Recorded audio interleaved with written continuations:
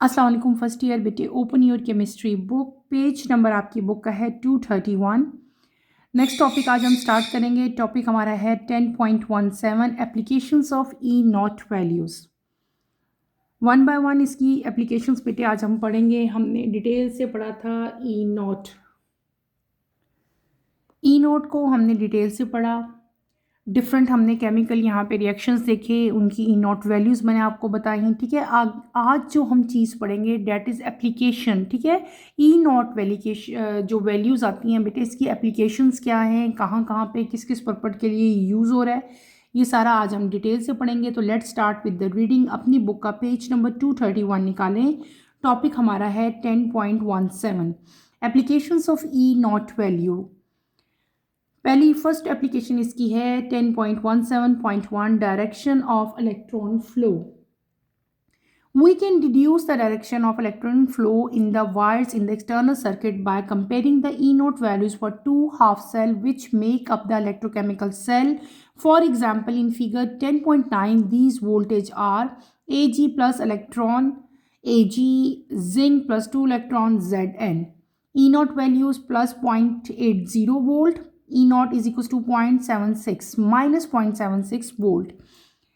The relative values of these voltage tell us zinc ions are more difficult to reduce them than Ag ions. So zinc metal will lose electron to Ag. Ag half cell and Ag ions will accept electron from Zn2 plus Zn half cell. The electrons move through the wires in the external circuit. They do not travel through the electrolyte solution. So the electron flow is from the Zn2 plus Zn half cell to the Ag plus Ag half cell. In other words, the flow is from the negative pole to the positive pole. Remember that the more positive pole attract the negative electron. First application है जिसकी बेटे मैंने अभी reading की है।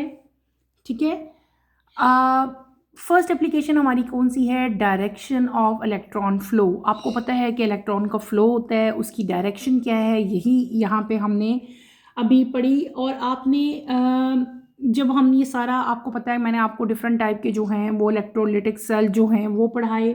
हमने उन तमाम जो अब हम सेल पढ़ के आए हैं बेटे, we can deduce that direction of electron flow in the wire जो है वो कैसे होती है, और उसको हम लोग जो है उसकी डायरेक्शन को हम किस तरह से डिड्यूस कर सकते हैं। हम डिड्यूस कैसे करते हैं उसको बेटे? हम जब दो हाफ सेल्स की ई नॉट वैल्यूज़ को कंपेयर करेंगे किसी भी इलेक्ट्रोकेमिकल सेल में, जो हमारे पास दो हाफ सेल्स आते हैं, तो उनकी ई नॉट वैल्यू को कंपेयर करके हम इलेक्ट्रॉन के फ्लो की जो डायरेक्शन है उसको डिड्यूस कर सकते हैं। कॉमन एग्जाम्पल यहाँ पे आपको दी हुई है, एक सिल्वर की और एक यहाँ पे जिंक की जो है वो एग्जाम्पल दी हुई है। अगर आप इन एग्जाम्पल्स को गौर से देखो, पिछले एक्सपेरिमेंट्स लास्ट लेक्चर में जब हमने किए थे तो वहाँ पे हमने ये दोनों एग्जाम्पल्स की थी। ठीक है, यहाँ पे आपके पास बेटे दो केमिकल रिएक्शंस हैं, एक है सिल्वर का, एक आपके पास है जिंक। जिंक मेटल जो है वो इलेक्ट्रॉन लूज कर रहा है। ठीक है, और यहाँ पे दोनों की ई नॉट वैल्यूज़ लिखी हुई हैं। सिल्वर की यहाँ पे क्या है 0.80 वोल्ट, जबकि जिंक की हमारे पास क्या वैल्यू दी हुई है -0.76 वोल्ट। अगर हम इन दोनों की वैल्यूज बेटे देखें तो हमें पता चलता है कि जिंक आइन जो है, यहाँ पे ये देखो, ये जिंक आइन Zn जिंक है, ये क्या है सिल्वर आइंस है। जिंक आइन क्या है, ये इसको रिड्यूस करना डिफ़िकल्ट होता है एज़ कम्पेयर टू सिल्वर आइन। जिंक मेटल जो हैं वो इलेक्ट्रॉन को लूज़ करते हैं और टू सिल्वर। ठीक है, और सिल्वर आइन क्या करेंगे, ये इलेक्ट्रॉन को एक्सेप्ट करेंगे, कहाँ से? जिंक हाफ सेल से। ठीक है, इलेक्ट्रॉन जो हैं वो मूव करेंगे टूवर्ड एक्सटर्नल सर्किट, और यहाँ पे ये इलेक्ट्रोलाइट में, इस तरह के सेल में इलेक्ट्रोलाइट में जो है मूव नहीं करते। इलेक्ट्रॉन का फ्लो जो है वो जिंक से सिल्वर की तरफ होगा। कहाँ से? जिंक से सिल्वर की तरफ, क्योंकि जिंक जो है वो इलेक्ट्रॉन लूज कर रहा है, दे रहा है, और जो सिल्वर है वो क्या कर रहा है, एक्सेप्ट कर रहा है, ले रहा है। तो इसलिए इलेक्ट्रॉन का फ्लो जो है वो जिंक हाफ सेल से सिल्वर हाफ सेल में होता है।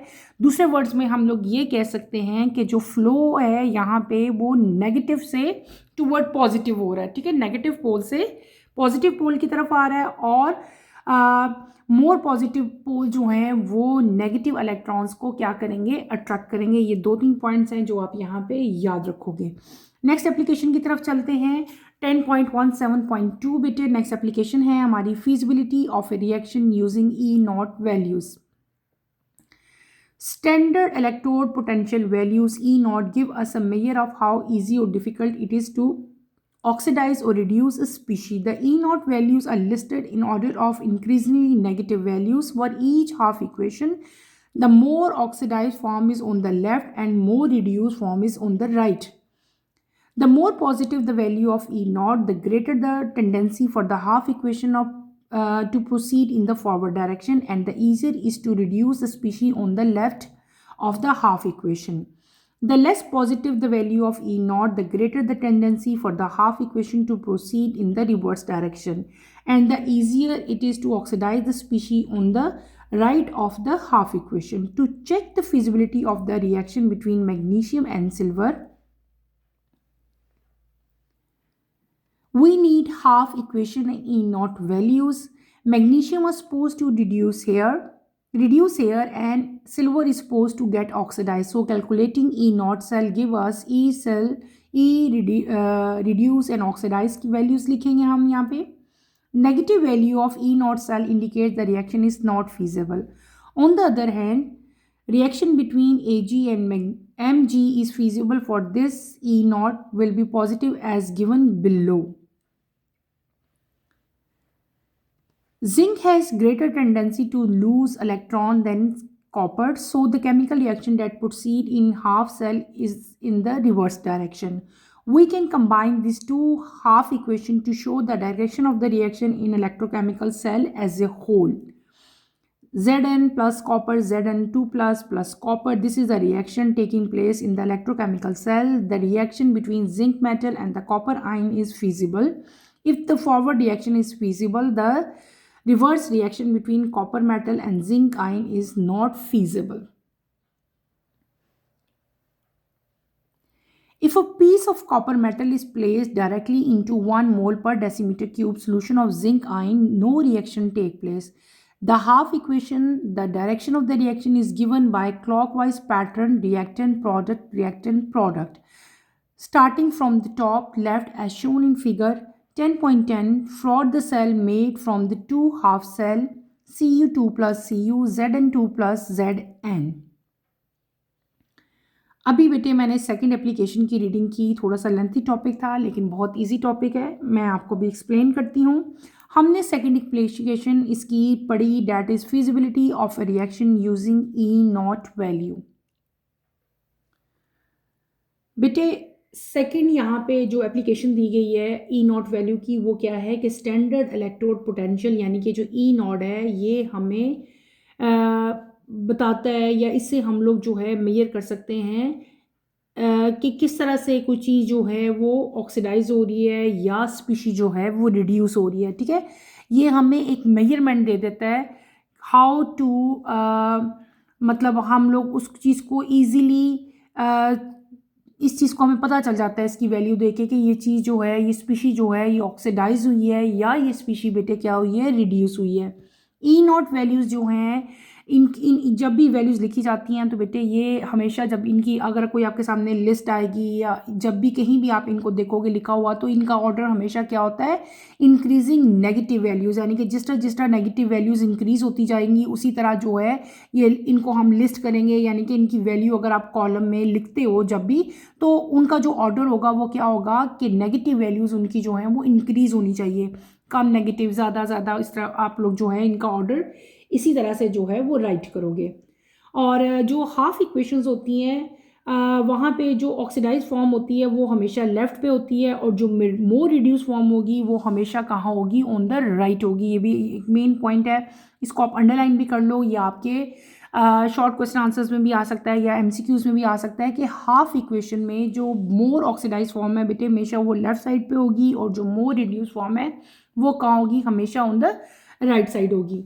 दो और मेन पॉइंट्स यहाँ पे बताए गए हुए हैं हमें क्या, कि जितनी हमारी ई नॉट वैल्यू जो है अगर वो पॉजिटिव होती है, ई नॉट वैल्यू आपको पता है ना वैल्यूज़ हैं बेटे, वो वैल्यूज़ पॉजिटिव भी हो सकती हैं, वो वैल्यू नेगेटिव भी हो सकती हैं, हमने डिफरेंट केमिकल रिएक्शंस इनके देखे थे।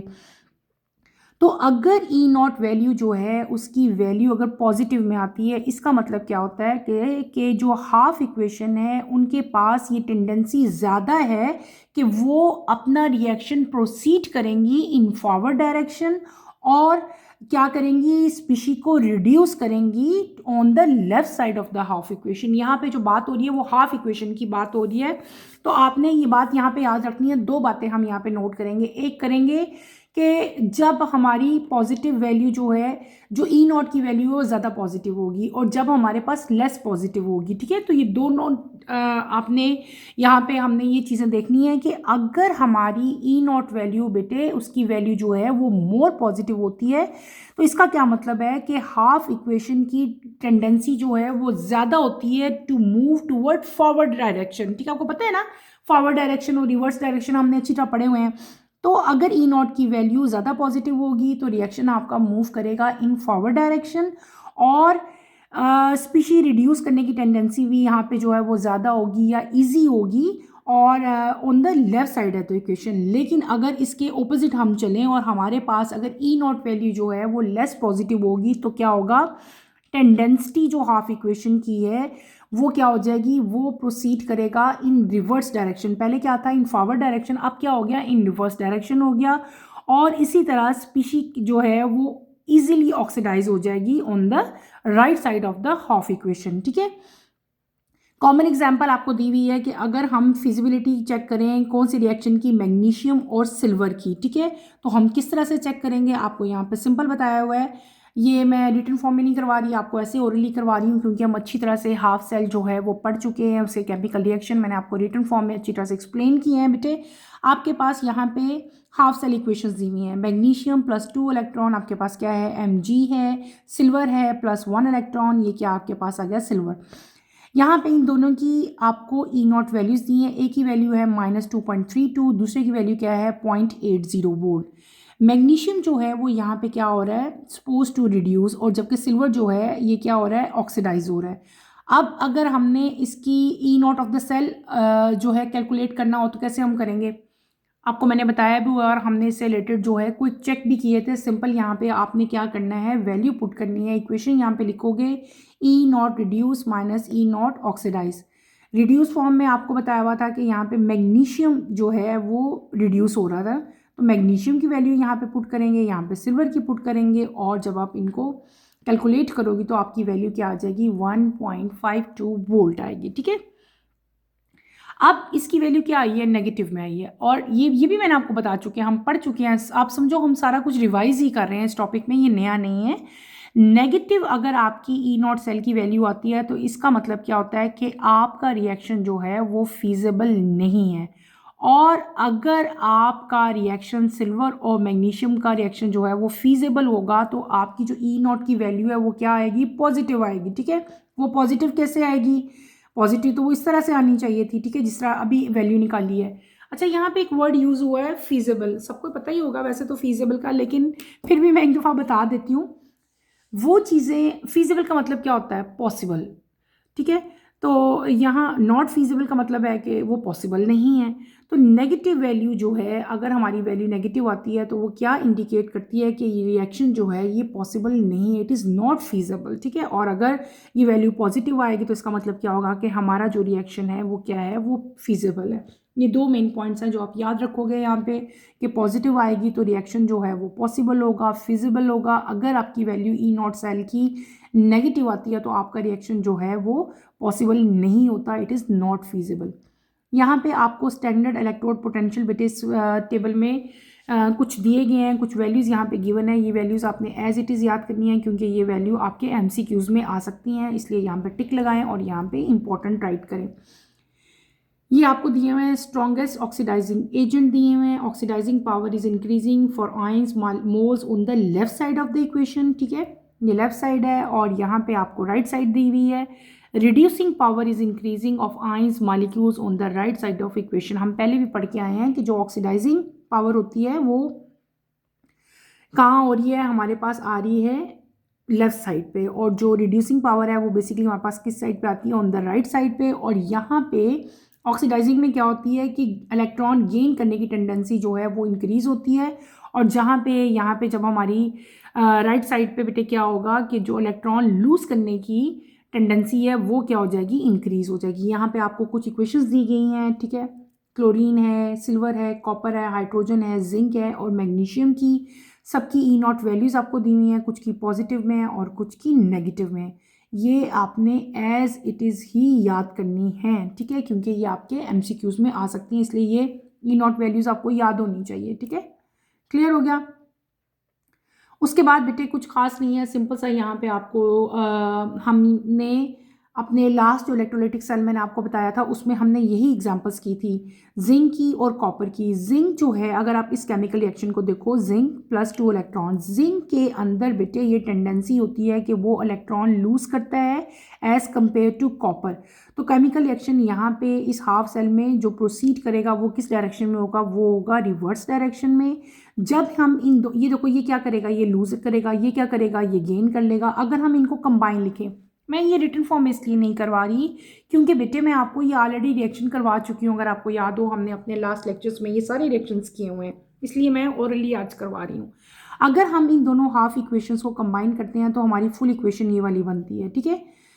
तो ये कंप्लीट रिएक्शन है जो इलेक्ट्रोकेमिकल सेल में होगा, the reaction between zinc and copper. और ये रिएक्शन जो है फीजिबल है, फॉरवर्ड डायरेक्शन में ये रिएक्शन होगा और रिवर्स रिएक्शन में ये नॉट फीजिबल होगा। फॉरवर्ड रिएक्शन में सिर्फ ये होगा, इसलिए यहाँ पे सिंगल एरो है, डबल तो नहीं लगा हुआ ना इस तरह, तो ये सिंगल एरोड है क्योंकि ये फॉरवर्ड रिएक्शन जो है ये उस डायरेक्शन में हमारे पास फीजिबल है। इसके बाद अब वही रिएक्शन अगर उसी को आपको दोबारा फर्दर एक्सप्लेन किया गया कि अगर हम कोई भी कॉपर मेटल का जो है वो पीस लें और उसको प्लेस करें इन 1 मोल पर decimetre cube solution of zinc, यानी कि जिंक के सोल्यूशन में उसको हम लेंगे तो कोई भी रिएक्शन जो है वो नहीं होगा। हाफ इक्वेशन और जो डायरेक्शन ऑफ रिएक्शन है बेटे वो क्लॉकवाइज पैटर्न में होगी। और फ्रॉम टॉप लेफ्ट ये आपको यहाँ पे ये पूरा बना के दिखा दिया है। 2 हाफ सेल, ठीक है, 2 हाफ सेल है, एक पाए आपके पास Cu+2 बाय Cu और दूसरा हाफ सेल क्या है Zn+2 टू Zn। ये हमारे पास रिएक्टेंट, ये प्रोडक्ट, और ये यहाँ पे रिएक्टेंट है, ये प्रोडक्ट है, ठीक है। इसमें कोई ख़ास ऐसी चीज़ नहीं थी, इसको आपने अच्छी तरह से पढ़ना है। जस्ट हमने 2 एप्लीकेशंस जो हैं वो की हैं, अभी हमारी बाकी एप्लीकेशन जो हैं वो रहती हैं। इसमें तो कुछ इतनी खास चीज़ नहीं थी जो आपने याद रखनी है, बहुत इजी सा टॉपिक है। इसी टॉपिक के एंड पे बेटे आपको यहाँ पे क्विक चेक एक दिया गया है, quick check 10.8। A part explain the following keeping in view the standard electrode potential value E0 Cl2 by 2Cl। ये आपको डिफरेंट टाइप की वैल्यूज़ दी हुई हैं, आपने एक्सप्लेन करना है स्टैंडर्ड इलेक्ट्रोड पोटेंशियल वैल्यूज़ को। फिर आगे इसी के 2 फर्दर पार्ट्स हैं। The aqueous solution of iodine can be oxidise with bromide और iodine ion. Number 2, why bromine does not react with chloride ion. 1 bye 1 बेटे ये क्वेश्चन मैं आपको करवाऊंगी। आपको सिंपल ये क्वेश्चन दिया है और इसी क्वेश्चन से रिलेटेड आगे फर्दर 2 पार्ट्स हैं आपके, ठीक है, एक पार्ट 1 और एक पार्ट 2 है।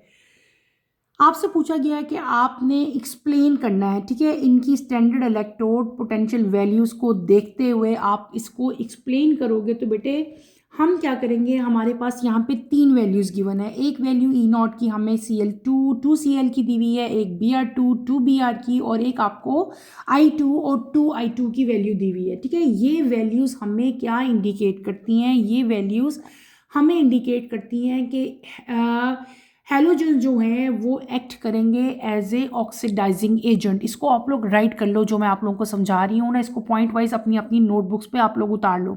मैंने आपको क्या कहा कि इन वैल्यूज़ को अगर हम देखें तो हमें क्या पता चलता है कि halogens act as oxidising agent, और जितनी E0 की वैल्यू हाई होती है उतना ही स्ट्रॉन्गर जो है वो क्या होगा, ऑक्सीडाइजिंग एजेंट होगा।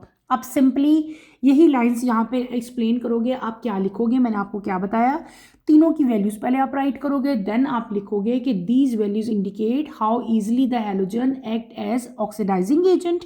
और दूसरी मेन पॉइंट यहाँ पे आप क्या लिखेंगे, the higher the E0 value the stronger the oxidising agent. Clear. फिर हम चलते हैं इसके फर्स्ट पार्ट की तरफ। The aqueous solution of iodine can be oxidized with bromide or iodide ion. ये स्टेटमेंट बेटे जो लिखी हुई है दिस इज इनकोरेक्ट, आप पहले यहाँ पे राइट करेंगे कि दिस स्टेटमेंट इज इनकोरेक्ट, ठीक है। इसका मतलब यहाँ पे क्या होना चाहिए था, basically the aqueous solution of iodine can be oxidise by chlorine, यहाँ पे क्लोरीन होना चाहिए था, नॉट ब्रोमाइड, क्लोरीन और ब्रोमाइन आयन, ठीक है। तो उसके बारे में फिर हम 2-3 पॉइंट्स हम लिख सकते हैं, ठीक है। जैसे कि हम बता सकते हैं कि आयोडीन जो है इसकी ई नॉट वैल्यू जो है वो लोअर होती है as compare to bromine and chlorine, ठीक है। ये पहला पॉइंट आप बता सकते हो। दूसरी चीज़ आप यहाँ पे क्या बता सकते हो कि आयोडीन बेटे जो है वो क्या है, वीकर ऑक्सीडाइजिंग एजेंट है as compare to chlorine and bromine. और तीसरी चीज़ हम यहाँ पे क्या बताएंगे कि आयोडाइड आयन जो है they can be oxidise to iodine by both chlorine and bromine, ठीक है। और भी आप लिख सकते हो इसमें कि आयोडीन जो है उसको हम लोग ब्रोमीन और क्लोरीन में ऑक्सीडाइज नहीं कर सकते, ठीक है। ये कुछ पॉइंट्स हैं, ये आपने यहाँ पे राइट करने हैं, ठीक है। क्लियर है, कर लोगे बेटे। अगर आप यहाँ पे देखो ना, ये जो हमें क्विक चेक 10.8 दिया हुआ ना, थोड़ा सारा इस बुक में ना एक क्वेश्चन रिपीट हुआ है। अगर हम लोग यहाँ पे क्विक चेक 10.6 पे चलते हैं, 10.6 पे आओ अगर आप लोग पीछे, तो 10.6 के ए पार्ट में भी हमें यही क्वेश्चन दिया गया है। ए पार्ट में भी यही क्वेश्चन है सेम, अगर चेक करो जो आपको अभी क्विक चेक में दिया गया है, ठीक है। वही क्वेश्चन है, वही ए पार्ट है, वही बी पार्ट है, ठीक है। अगर आप देखो ये 10.6 और अभी जो हम लोग कर रहे हैं अपना 10.8, ये सेम क्वेश्चन है। ये क्वेश्चन यहाँ पे रिपीट हो गए हैं, दोबारा से वही क्वेश्चन है। जिन बच्चों का मिस है उनको मैं दोबारा से बता देती हूँ, मैं ये क्वेश्चन ऑलरेडी आपको क्विक चेक 10.6 में बेटे करवा चुकी हूँ। वही क्वेश्चन यहाँ पे रिपीट हुआ है। पहला पार्ट था explain the following keeping in view the standard electrode potential values. मैंने आपको सारा रिटन फॉर्म में यहाँ पे राइट करवाया था। अगर आप लोग देखो, मैंने आपको जैसे अभी मैंने ओरली बताया, मैंने यहाँ पे सारा लिखवाया था ये वैल्यूज। और जो इसका फर्स्ट पार्ट था the aqueous solution of iodine can be oxidise with bromide और आयोडाइड आयंस, तो मैंने उसका आंसर भी बेटे आपको सारा का सारा रिटन फॉर्म में लिखवाया था। मैंने आपको बताया अभी कि ये जो स्टेटमेंट यहाँ पे लिखी हुई है ये गलत लिखी हुई है। ये स्टेटमेंट राइट कैसे होगी कि aqueous solution of iodine can be oxidise by chlorine और ब्रोमीन आयन। और इसमें आप लोग इसके जो आंसर लिखोगे कि ये क्यों ऐसे है, उस दिन भी मैंने अच्छी तरह से एक्सप्लेन किया था, राइट भी करवा दिया था। दोबारा से एक दफ़ा मैं रिकॉल कर देती हूँ। Iodine has lower E naught value than both chlorine and bromine. Iodine is weaker oxidizing agent. Iodide ions can be oxidized to iodine by Cl2 and Br2. Iodine cannot oxidize Br or Cl because it is non-strong enough as an oxidizing agent. Already ये question हम लोग कर चुके हैं आपकी book में, ये quick check दोबारा से रिपीट हुआ है। इसका सेकेंड पार्ट है why bromine does not react with chlorine ion. Bromine जो है बेटे वो क्लोराइड आयन के साथ रिएक्ट क्यों नहीं करता, ठीक है। इसका आंसर भी मैंने आपको उसी बताया था कि क्लोरीन जो है वो स्ट्रॉन्गेस्ट ऑक्सीडाइजिंग एजेंट है एज कंपेयर टू ब्रोमीन, इसीलिए ब्रोमीन जो है वो Cl आयंस को ऑक्सीडाइज नहीं कर सकता Cl2 में। रिएक्शन मैंने यहाँ पे लिखवाया था Br2 + Cl, तो हमारे पास क्या होगा कि रिएक्शन नहीं होगा। दोबारा से एक दफ़ा रिपीट कर देती हूँ, वही आंसर है, आप लोग ऑलरेडी लिख चुके हो। जिन स्टूडेंट्स का मिस है वो दोबारा से यहाँ से उतार सकते हैं। Since chlorine is a strongest oxidizing agent than Br2, Br2 cannot oxidize Cl ions to Cl2. Bromine does not react with Cl because SHE यानी कि standard electrode potential of chlorine is higher than that of bromine. Therefore, Br2 is not strong enough to oxidize Cl to Cl2. Is it clear? ये already हम कर चुके थे, ये दोबारा से रिपीट क्वेश्चन हुए हैं, इसलिए मैंने इनके आंसर आपको जो ऑलरेडी मैं करवा चुकी थी वही दोबारा मैंने आपको दिखा दिए। नेक्स्ट बेटे इसी क्विक चेक के नीचे आओ तो आपको यहाँ पे थर्ड एप्लीकेशन दी हुई है ई नॉट वैल्यू की। थर्ड एप्लीकेशन क्या है, oxidising and reducing agent using E naught value. Look back at figure 10.11. Note the following. As the values of E naught for each of these reduction reactions gets more negative, the species on the left of the equation become weaker oxidizing agent. They accept electron less readily. The species on the right of the equation become stronger reducing agent. They release electron more readily. Cu will not reduce Zn2 plus ion to Zn, so how can we reduce Zn ions? The answer is to react the zinc 2 plus ion with a stronger reducing agent, which should have an E naught value more negative than E naught value for Zn2 plus Zn. In figure 10.13, we see the half equation Mg2 plus Mg has more negative E naught value, so magnesium is suitable reducing agent. Zn2 plus electron Zn, Mg2 plus 2 electron Mg, E not values आपको given है यहाँ पे. Next आए बेटे, Zn2 plus is better oxidizing agent. It is more likely to accept electron than magnesium ion. Magnesium is better reducing agent. It is more likely to release electron than zinc. Compounds can also act as oxidizing and reducing agent. For example, KMnO4 0.54 volt, K2Cr2O7 1.33 volt are oxidizing agent because of their higher E naught values, whereas Ki and FeSO4 are reducing agent due to their lower E naught values. Few compounds such as H2O2 can act both as oxidizing as well as reducing agent. Last हमारे पास ये जो है वो application बेटे यहाँ पे दी थी हमें. एप्लीकेशन हमारे पास क्या है, reducing and oxidising agent for E naught values. ठीक है, अगर हम वापस जाते हैं अपनी यहाँ पे जो हमें दी हुई थी फिगर 10.1 यहाँ पे दी हुई है. ठीक है, यहाँ पे अगर आप लोग आओ, जो ऑलरेडी हमने देखे हैं यहाँ पे हमारे पास ई नॉट वैल्यूज़ दी हुई हैं. ठीक है, ई नॉट वैल्यूज़ हमें दी हैं. पीछे अगर आप आए फिगर 10.1 पे आओ बेटे, इधर देखो, ये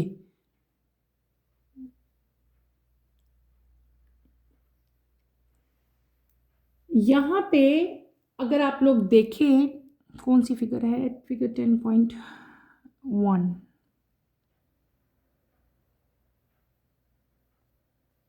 बुक में ना इतनी यहाँ पे आपकी मिस्टेक्स है ना, चीज़ कहाँ होती है और लिखा है यहाँ पे, इस वाली बुक में बहुत सारी मिस्टेक्स हैं.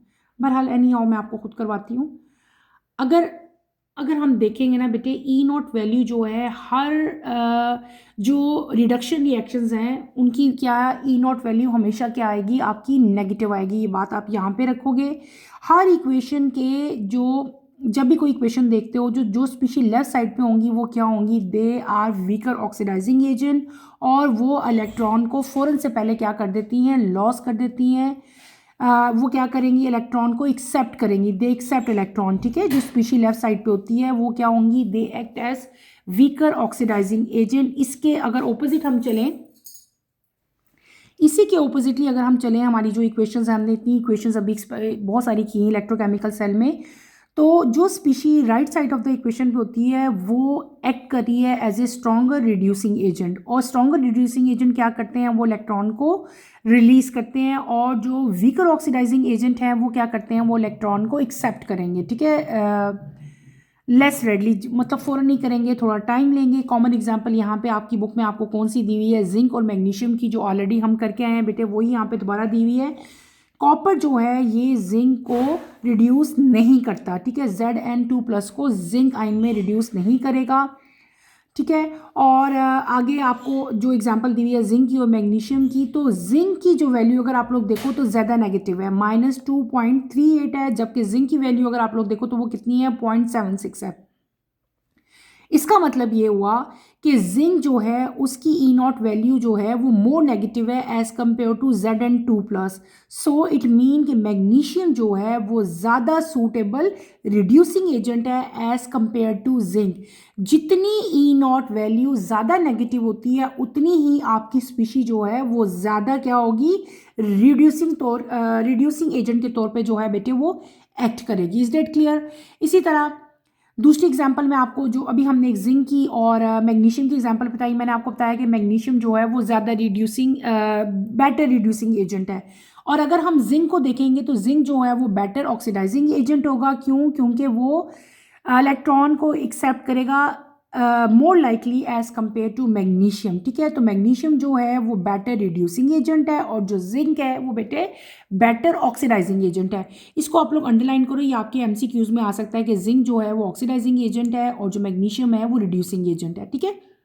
इसके बाद आपकी बुक में यहाँ पे दो और एग्जांपल्स दी हुई हैं कि जो कंपाउंड्स हैं, कंपाउंड्स क्या होते हैं आपको पता है, जब बहुत सारे एलिमेंट्स कंबाइन होते हैं इन फिक्स रेशियो तो हम उनको क्या कहते हैं, कंपाउंड कहते हैं। ये तो आपने पढ़ा हुआ है ना, बहुत सारे एलिमेंट्स, जैसे जिंक एक एलिमेंट है, मैग्नीशियम एक एलिमेंट है, और जब एलिमेंट ज़्यादा 2 या 3 एलिमेंट कंबाइन होते हैं इन फिक्स रेशियो तो वो क्या बनाते हैं, कंपाउंड बनाते हैं।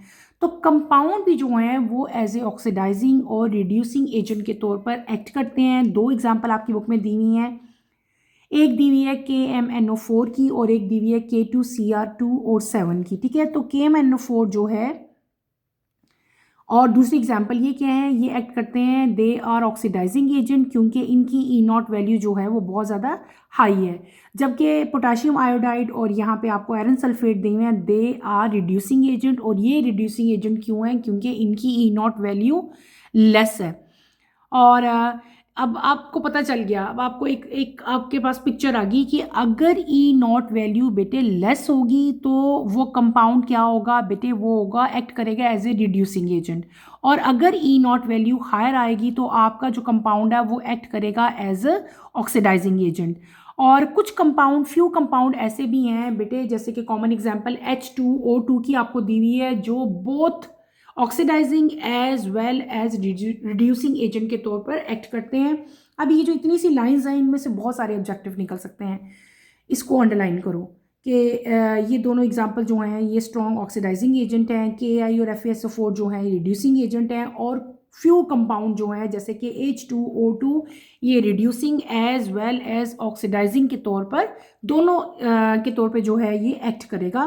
तो ये शॉर्ट क्वेश्चन भी आ सकते हैं कि वो कौन सा कंपाउंड है जो both as a oxidising and reducing agent के तौर पर एक्ट करता है, वो कौन से कंपाउंड है जो ऑक्सीडाइजिंग एजेंट के तौर पर एक्ट करेंगे, या वो कौन से कंपाउंड हैं जो रिड्यूसिंग एजेंट के तौर पर एक्ट कर सकते हैं। या आपसे क्वेश्चन पूछ सकते हैं why they act as reducing agent, तो आप उसमें रीज़न क्या बताओगे, because they have higher E0 value, जितनी E0 वैल्यू ज़्यादा होती है उतनी ही वो कंपाउंड जो है वो ऑक्सीडाइजिंग एजेंट के तौर पर एक्ट करेगा। यहीं पे बेटे अपना टॉपिक मैं ख़त्म करूँगी, इसको अच्छी तरह से पढ़ना है, इसमें कोई प्रॉब्लम कोई कन्फ्यूजन होती है तो feel free to ask any question, ठीक है। नेक्स्ट लेक्चर की नोटिफिकेशन के लिए आप चैनल को शेयर करें, लाइक करें और सब्सक्राइब करें, और मुझे यहीं पर इजाज़त दें। इंशाल्लाह नेक्स्ट लेक्चर में आपसे दोबारा मुलाकात होगी। टिल देन अल्लाह हाफिज़। फर्स्ट ईयर टेक केयर बेटे, अपना ख्याल रखिएगा। अल्लाह हाफिज़।